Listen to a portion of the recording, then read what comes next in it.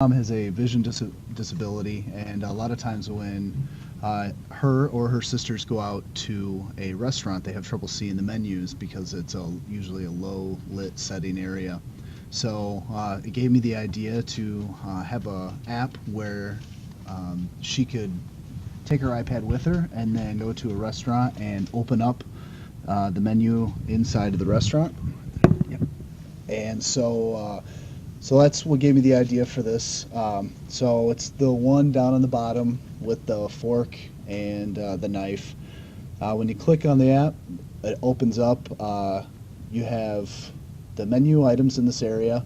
One of the things that I did was make bigger cells, table cells for bigger font, so it was easier to see. And then underneath that, in the subtitles, the different types of cuisines that there are. If I had more time, I would definitely do some sort of geocaching for the area, or able to then be able to download from the restaurant sites. A hiccup that I came into, a lot of the sites that you go to, either their menus are not in PDF format as it is, so then that would require actually reaching out to their websites, and that you don't always have Wi-Fi everywhere. So for this right here, these are all offline, all PDF versions, so I went out and got the PDFs. Or if they didn't have it, then I saved the web page in PDF format and then put it on here. So going down here, just pick on one of them, like Cracker Barrel. The menu then opens up. A couple things with this was getting the magnifier to work.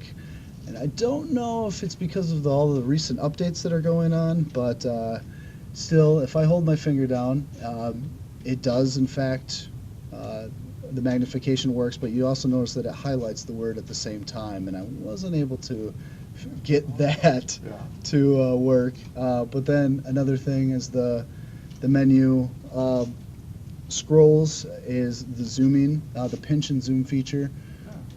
So I was able to get that to work as well, and then also then the double tap of a finger then brings it back out, and then tapping the top, and it's just a little minor detail, but up at the very top of the navigation bar, you see that whatever menu is being selected, then that is the name.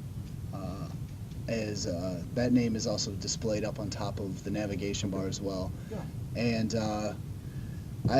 one of the biggest challenges was figuring out the best ways to populate, whether by doing an array, that type of nature.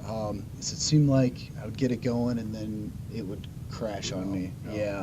And so I created a menu object and did it that way. And then I was able to then just reinstantiate the same menu object over and over again each time. Yep. And so that's. I like it. So one of the options here, or you said it selected the menu items along with zooming. Yeah. I know you might have already tried it, but if you haven't, one of the properties for the view, and I don't know if you have this loaded in a web view or not, that PDF, is it loaded in a web view each time? This one? No, I didn't. Is it? But there's an option actually. Oh yeah, it is UI web view. Yeah, UI that's web what I view use. Yeah. There's a checkbox to uncheck to don't allow selectable. Don't allow anything to be selectable. If you uncheck that, I'm wondering if the selection thing would go away. I bet it would. I bet it would. So cool, great job. Let's give him a hand. Excellent. Thank you. Excellent. Thank you. Appreciate it. Good job. Okay, who was number 2? Maria? All right. It's all yours. Okay. I got you the mic, right? You just speak up, it'll pick up for you. Go ahead. Okay. Let me just go find my app. So my app actually is not very original, but I just, got a lot of, I researched. I had an app that I was trying to develop before for my work, but I couldn't quite connect it to a database, so I just kind of gave that up and did this simpler project. Basically, the audience would be anybody who's disorganized like I am, but there's a lot of apps like this out there. However, I hope to, tailor it some more where I could add like a core data to it where it could actually save your list at the end of the day or end of the the month or the week, you can kind of go through. That's not part of this app right now, but I did have a logo, but it fell off because all the files got disconnected, or how did you call that? All my files just got messed up. Anyway, I use 4 view controllers for this app, and basically this view right here, it's you're looking at one of the tasks that I added to it, and back here it's actually the list of all the tasks that I wanted to do. So in this view, you can click reorder, and you can actually move these tasks up and down. Tap on these. Yeah. Tap and hold. Tap and hold, sorry. Yeah, you can move it up and down like that, so you can kind of prioritize. And here in this view controller, you can add another task like eat, supper, and then you push return and you pick the date. A lot of this code I got from, just sources online, and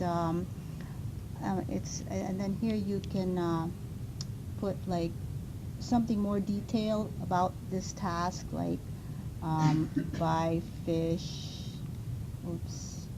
and then it saves that description in there for you.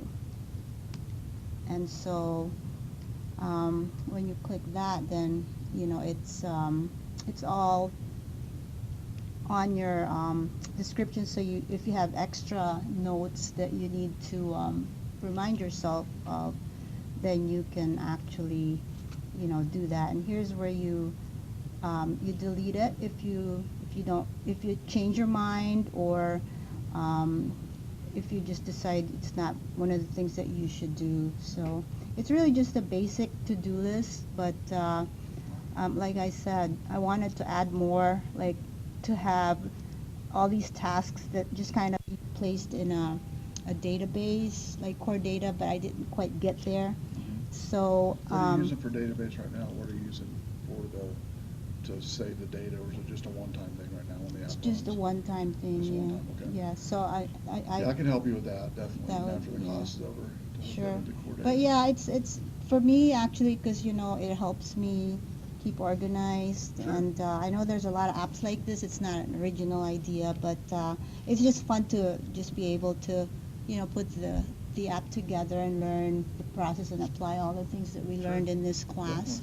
Definitely like the view controller and the segues and all that went into this. So, but yeah, it's just like, it's not really, I mean, I didn't have the logo in there, so No. I wish I could have added more, but for now. And this is challenges you what I- had?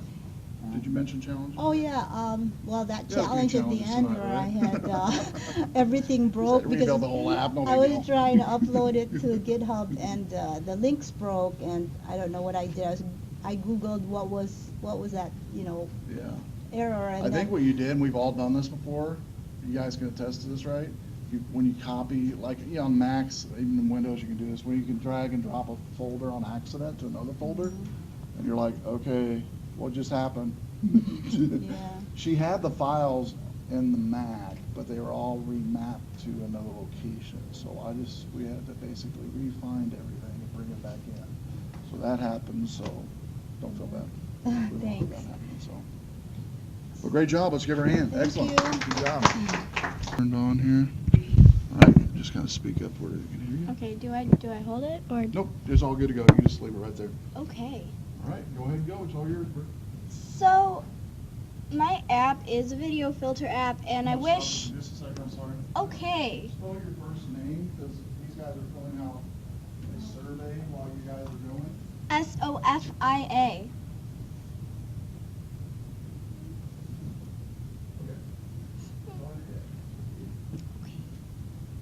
So I wish that I got to do more with it, but I didn't because I messed something up, and I couldn't fix it, and I actually just fixed it in the beginning of class today. What's the idea for the app we got? A filter, a video filter. So what, takes videos and then filters videos? Yes. Okay, all right. Okay. So I wish that I fixed the like first picture because I would have made it not a dog and just something more interesting than a dog.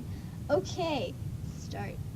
You can, so the way it works is that you add a video and you name it, so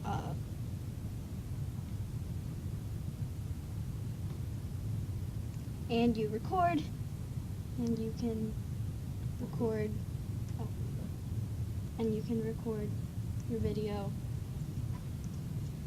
Yeah, you should be able to flip it. and like then were doing you it. can There go. use the video.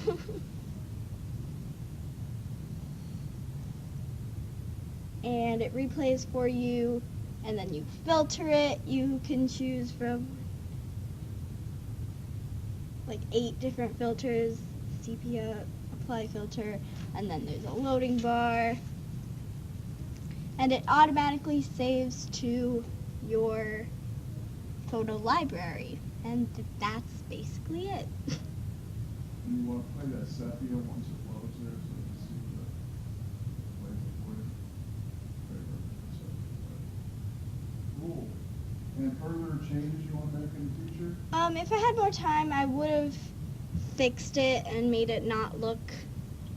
I would have fixed it and made it look better, and I would have added a lot more filters and more things that you could do with your videos.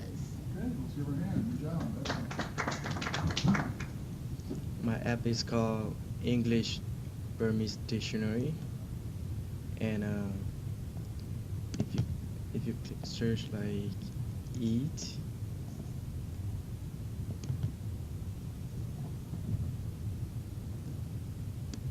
there's a definition and sentence examples, and it has many words of thesaurus and picture examples. And I have it done with history. When you search every word will stay on history. You track your So- history? Yeah, Well, keep track of your search history? Right. Okay, cool. What was the reasoning behind to create the app? there are many apps in the app store, but I want to like for education. I believe many people will want that to search any word so that they can understand the definition of the word. And your home language is Karen, is that correct? Yes, Korean. Karen. Korean. I did some, but I haven't finished with search bar, and if I have time, I will finish the history. This one and another one will be offline access, and Right. and it will have sentence example, picture example. For picture example, you can edit it, like take a picture of it and save it to where you want to work, like any word that you search, Attach it to a word. attach it to a Gotcha. word. Yeah, That's a good idea. and more like about us. You can like us on Facebook. So you get a Facebook page made for it? Yeah. Awesome. Yes. Facebook page. That's always definitely highly recommended, create a Facebook page for your app once you're getting ready to publish. That's awesome. I like that. That's it. So search bar, further, work, History. and just to clarify, your home language, Karen, Burmese is the root language of Karen, is that correct? Right. And one of the questions I asked him when he was creating this app was, okay, so if I came into your country and said, and I typed in pizza, what would I get? And he said, nothing. We don't have pizza. Okay, if I typed in hamburger, what would we get? McDonald's. Okay. I thought that was kind of fun. But great job. I know you put a lot of work into it. He has another version, like he said, that he's working on that's total localized. All the words are localized. and he's having to work on each word one by one, and each word has the word itself for the array, for the dictionary. It also has the root type, whether it's a noun, adverb, verb, whatever the case may be. I believe, is that correct? Yeah. And what was the third one was on that as well? Definition? Definition. Yeah, definition. Yeah. And that's all one array, and you can imagine creating that by hand, and then times, a couple 100,000 Right. each one, and all be resident on the actual phone. So, commend you, good work. I know you'll keep working on it, so let's give him a hand. Good job. Excellent. Excellent, excellent. All right. My app's called Fur, and basically, how I came up with it, I met a few people that are from the furry community, which I'm not part of, but I noticed that there's a lack of community base in the applications in the Apple Store, and I think there will be a great addition to the other social media applications, and it will be unique to all the other ones because it is specified for one community by itself. So this is basically the app. And let me just start again.